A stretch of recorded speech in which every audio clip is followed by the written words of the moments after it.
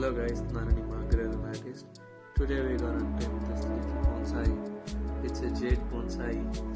Training in jade bonsai is not much of a task. Just remove the excess grown branches.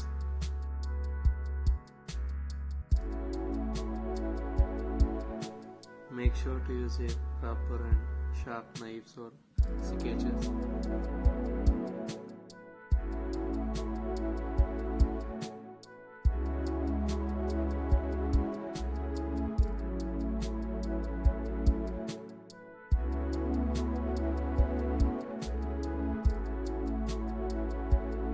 Just don't throw away those trimmed branches.